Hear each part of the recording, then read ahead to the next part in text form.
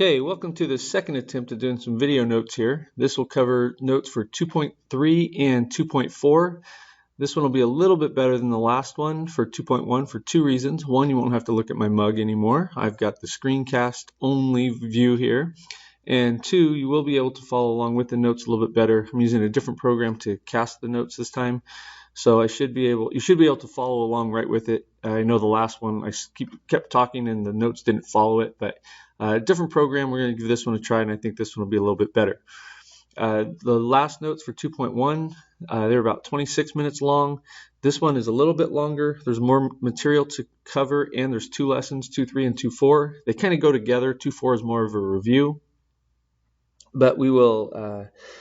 I'll try to get it done within a class period, maybe 40-45 minutes. That's what we would have done in class anyway. And the homework for this will be Tuesday in class. So as we're going, make sure you fill in the notes and make sure you mark down anything you might have questions about that you can get answered on Tuesday before I hand out the homework to you. So Friday, we talked about correlation, and correlation measured the strength and the direction of a linear relationship. So it was strength and direction. So I'm trying to write here. There we go. So strength and direction of the linear relationship. So make sure you make that note that, remember, it's only a linear relationship that we're talking about. Now we're going to create, the correlation just measured strength and direction. That's all it did. Okay, besides determining how strong the relationship is, it doesn't tell us anything else. So it's useful, but it's not as useful as it could be. So we also have something called regression. Okay, and regression, notice the title for these notes, 2.3 regression. Regression allows us an opportunity to find a line that would best fit the data points that we collected. Okay, and we're going to use regression to make predictions and estimates. But a regression line, okay, it provides, okay, I lost it. Okay, it provides the best fit between a set of data.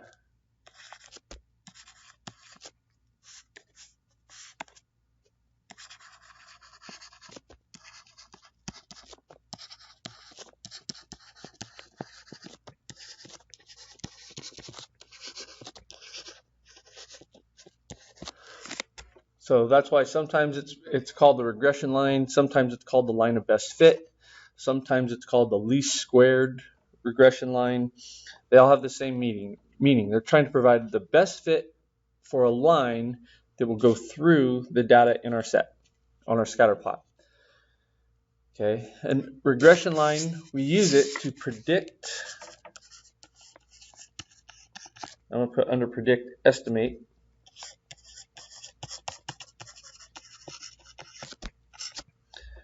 We're going to predict y. There's a little tiny button on my stylus that I click and it kind of messes me up there. We're going to predict y based on x.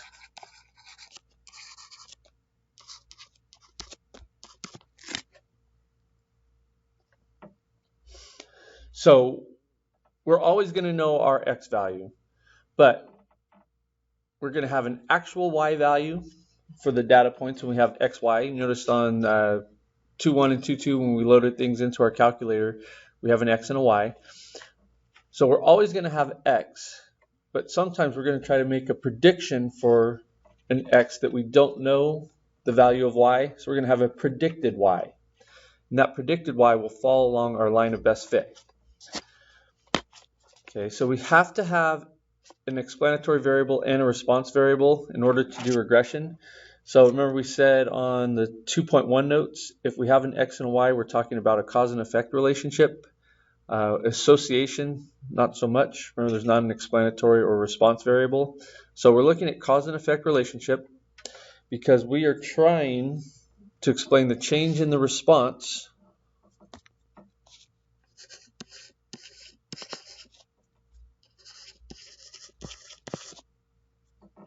as the explanatory variable changes.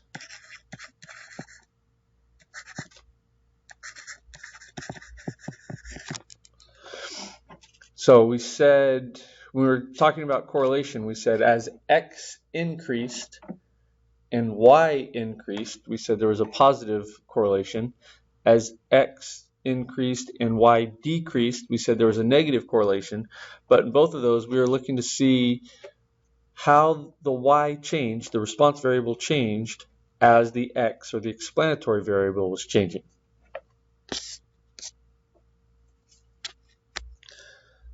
So let's look at an example here. Oops, one more part. So correlation measures the relationship between any two variables. In regression, we have to have an explanatory and response. So a good way to think of it is, for a correlation, we'll just put core here, we're looking to see how strong the relationship, or the association, how strong is the association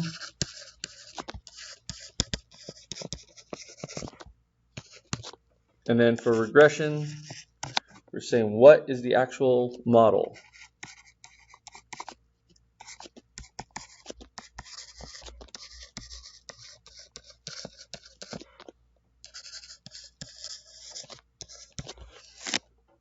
So when we're talking about a model, we're talking about an equation or a function. So those of you Algebra 2 and Calc BC and advanced math, you've dealt with equations and models before, but we're looking to see what's the specific model for that line of best fit. So I have a chart now that has, let's see what to have, months, age in months, and height in centimeters of children in Kalama. So what I want you to do is put that into your calculator, that little slider. Put those values into your calculator and do the scatter plot. So on mine, where's my calculator? Here's my calculator. On mine, what I did was I have already loaded the data. So stat, we've got to turn on first. That's always the first step. Then stat, edit. So I have my data in there for my x's and y's. Okay, and if I need to, I can zoom in. Okay, so there are all my x's and y's. Now remember the process for a scatter plot. You're going to press second stat plot. Make sure your stat plot is on. Make sure you have the scatter plot highlighted. And then list 1, list 2. So list 1 is the x, list 2 is the y. Then when I press graph, okay, I always want to press zoom and the number 9 button. Okay, there's my graph. And those of you in first period, you saw before I zoomed in where it looks like all the points are right on top of each other. We talked about that a little bit on Friday, about how the scale, when the scale changes, the appearance of our scatter plot changes. So it's very important that we use the R, the correlation coefficient, to describe the relationship, not just the eyeball test. So there's a scatter plot. So let's go back to the notes. Okay, so I have to pick the drawing tool first. There we go. So I have a point, a point, a point, a point, a point, a point. One over there.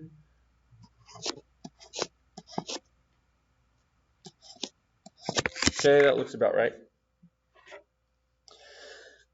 Now, if I were to draw a line, the best I could, a straight line that goes through those data points, it might look something like that. Okay, that would be my line of best fit. And our calculator will actually calculate that line. So we're going to go back to the calculator. And you might want to write these steps down as we go on the calculator. But we're going to go back to the calculator. And I'm going to come back to stat and to calc. And I'm going to go down to number 8. Number 8 says linreg. What that means is linear regression, and it's in the form a plus bx. So I press enter. I need to specify which list I'm using for my x and my y. So if you have a TI-89, it'll ask for list your x and y. You have to type in list 1, list 2. If you have a newer 84, it'll prompt you with a blank for list 1, list 2. For the older 84s like I have, I actually have to go in and type list 1, comma, L1, L2. And when I do that, I should have 1, 2, 3, 4, 5 values that come up. I should have, or 4 values. I have the form y equals a plus bx. I have an a, I have a b, I have an r squared, and I have an r. Now, if you don't get an r squared and an r, you did not turn on the diagnostics on Friday. So if you haven't done that, you have to press second 0, which is your catalog, arrow all the way down to diagnostics on, and hit enter, enter. So hit enter 2 times. It'll say done. And then when you go back in and do this linear regression, your r and r squared will be there. So these values, the A, 64.9, the B, 0.634, 635 we round, R is 0.989, we always round 3 decimals for all these, and R squared is 0.994. Okay, those are all important values here when we look at this. So the fitted line takes the form of y equals a plus bx, and that y actually on your note paper, you notice it has a little hat above it.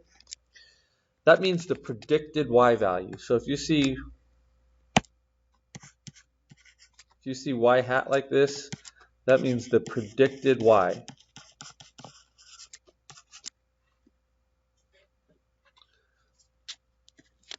So if I were to draw my, or write my, got a little carried away there. There we go. So I want to write down my line of best fit. Okay, I want to give the formula for it. Okay, it would be y hat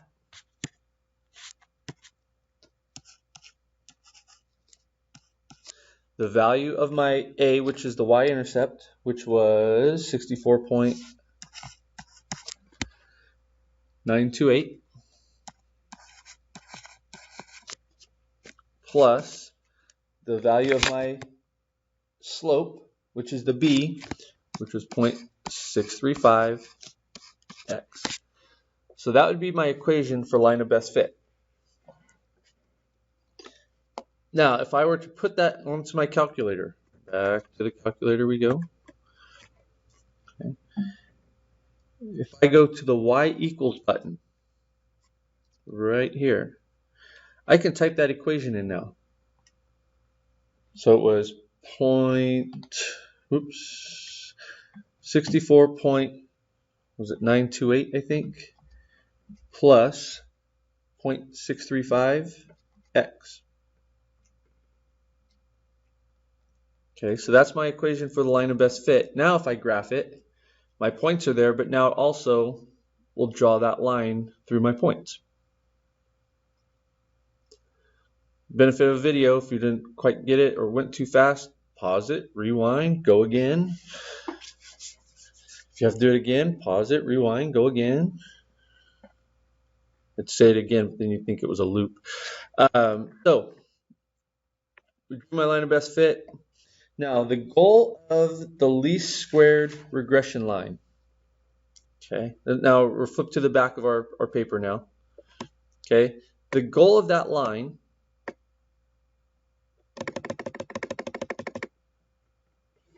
is to stuck. There we go.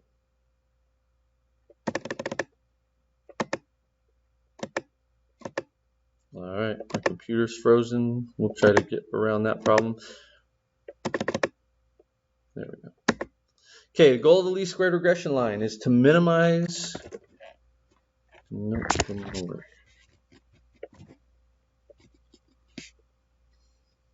Let's see. Well, the goal is to minimize the sum of the residuals. And the residuals is a new term. There we go.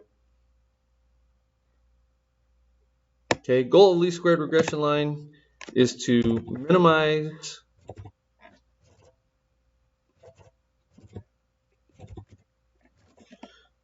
the sum of the residuals squared.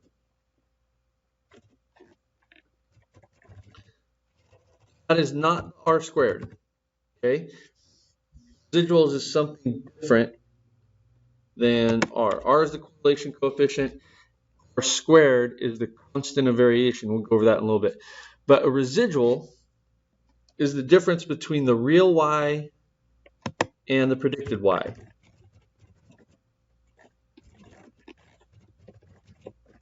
So it's the difference between Y and Y hat. So the formula, real easy, okay? Residual equals Y minus Y, and then let me put that little hat there. Okay, so residual is the difference between Y and Y hat. So the residual for any specific X coordinate is the Y value minus the Y hat value. So if we look back at our graph that we just drew, or scatter plot and our line of best fit, every one of these values, let's see if I can do it this way. Every one of these values that fall above the line of best fit, those would all have positive residuals. All the values, we'll try purple, all the values that fall below the line of best fit would have negative residuals. And if any points fell directly on the line of best fit, their residual would be 0 because the actual value and the predicted value would be the same, so it'd be 0. So since this is basically an average of all of our points, we have to square the value of the residuals, because if we just took the sum of the residuals, it would be 0. So that next question we had down there, why do we square the residuals? Why do we have to square the error? Otherwise, the sum would equal 0.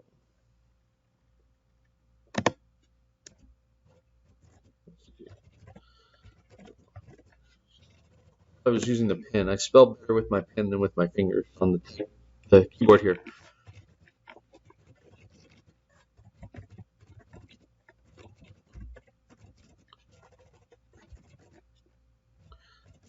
Okay, and this is a question like this. We'll go over this definition again of a least squared regression line, because that definition is one of the questions on the Unit 2 test.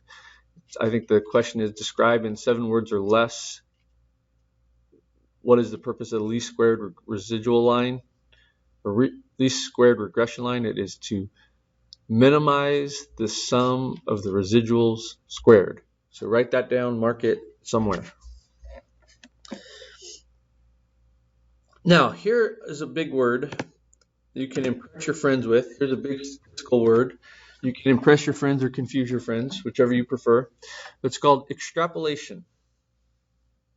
Okay, and an extrapolation is using the model equation to explain data beyond what we used to create the model. So we were using the model equation to explain data beyond the range of the points used to make the model.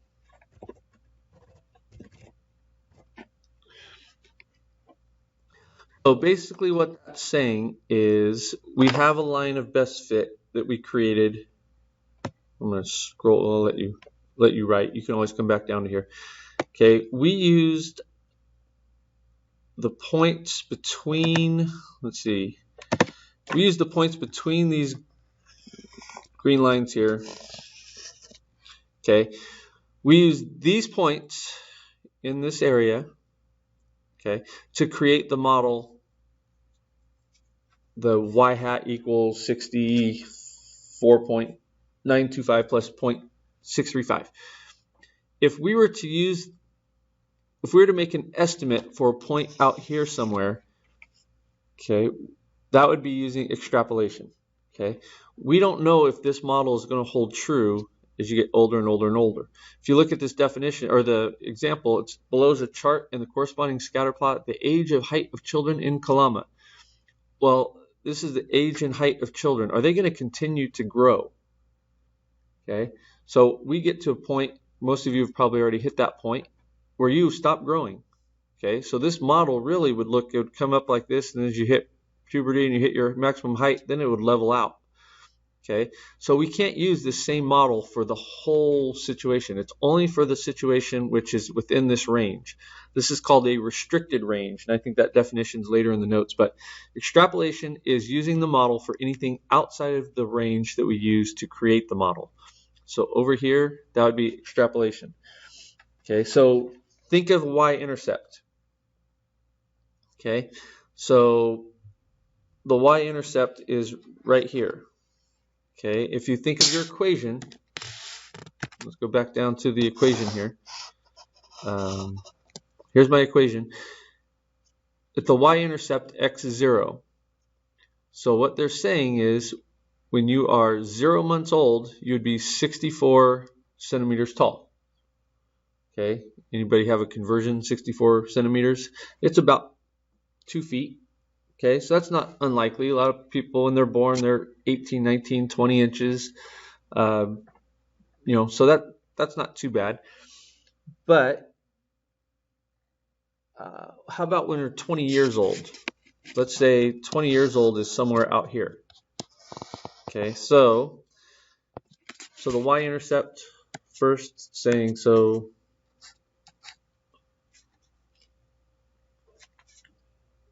the y-intercept happens when x is 0.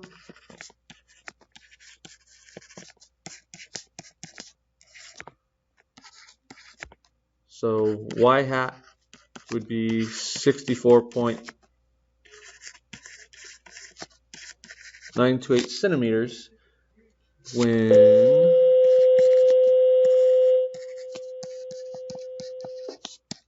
child is 0 months old. That was only the bell on the video, not in real life. Okay, so now explain through extrapolation the predicted height of a 20-year-old Kalaman. So again, kind of like on the test, we're in terms of months. So you have to figure out how many months are in 20 years. So hopefully you all know 20 times 12 is 240 months. So 20 years is 240 months. So we're going to plug 240 into our equation for x. So y hat equals 64.928 plus 0.635 times 240. So if I were to do that on my calculator, and I won't show the calculator, we'll just do it here real quick.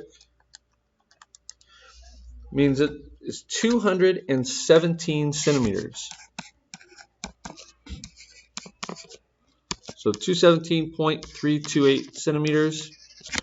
If you convert that to feet, let's see, it'd be about 7'2". So that means the average Kalaman is about 7 feet 2 inches. So I don't remember reading about the number of Kalaman NBA players, so I'm guessing that's probably not true. I'm not guessing they have an average population of 7 feet 2.